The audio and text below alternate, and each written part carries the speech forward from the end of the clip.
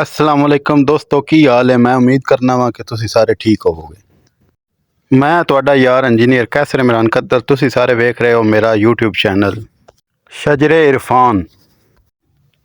मैं तुहाडे लई लेके आया फोक कहानी पखीवास। गुजारिश है कि वीडियो नू आखिर तक वेख्या है, चंगी लगे तो लाइक करे और चैनल नू सबसक्राइब कर छड़िया। एक पखीवास किसी वसदे बंदे दे वसे विच आके पखियां लाइयां ते उस सरदार दा हुक्म गया कि तू मेरी जूह चो पखियां पट वंज, तैनू इत्थे रहण दी कोई इजाजत नहीं। पखीवास शौदा बड़ा अफसुरदा हो के ओहदे दरबार च गया ते हथ बन के अर्जोई कीती, मैनू टोर नहीं, तुहाडा नौकर बन के सारी जिंदगी नौकरी देसां, नित धूड़ तुहाडियां जुत्तियां दी पीड़ां नाल पुजेसां।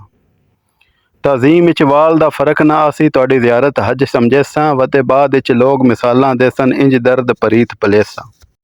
इतनी मिन्नत के बावजूद इस सरदार नू रहम नहीं आया। उसका हुक्म इंजे रहा कि तेन इत्थे रहण दी कोई इजाजत नहीं, तू इत्थों वग वंज। पखीवास दोबारा आया तो मिन्नत की कि सरदार साहब, बेशक वतन वतना वालियां दे हुंदे न, पखीवासां दे मान कोई नहीं होंदे, तुहाडा हुक्म सर अखी थे, लेकिन मजबूरी है कि जूह वंजण वेले कोई नहीं, तो मैं वादा करेना।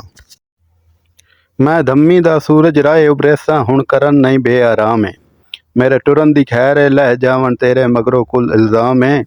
वग वैसां दर्द ना होण देसां, तुसां लगदियां नू बदनाम है, कल नज़र ना आसां करन दिओ छड़, अज दी रात कयाम है।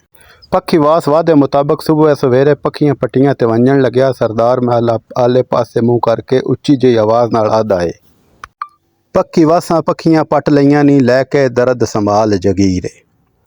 तोए सजन रईस दी नगरी चो कीती वेंदे न कूच फकीर है, झुकी नहीं मतां साड़ियां झुगियां विच, कदी ले आवी तकदीर है।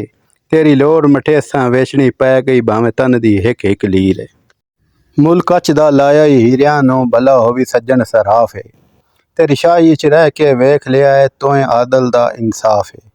अगां कोई सरकार ते बाहर न देसां, करी करी पिछलियां गलतियां माफ़ है। प्या हुसड़ ता दूरों कर लेसां, तेरे शहर दा दर्द तवाफ है। उस पखीवास नू कुछ दिनों तो बाद उस नगरी का कोई बंदा मिलिया, तो वह पखीवास उसनों सद के आदा है, अगर वतन ते वापस वंजे तो अपने सरदार नू मेरा एक स्नेहा देवी। जिथों झिणका नाल वसेब छुड़ाई आई है, वह बशर बड़ा गमगीन नहीं।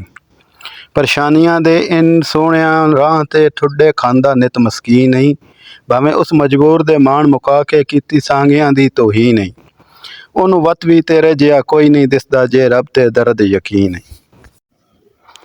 उस राहगीर नू पखीवास आदा है अपने सरदार नू आखी, मैं ता दिल विच यार संभाली, वत्यों रले गुजरे हिक हिक पल नू।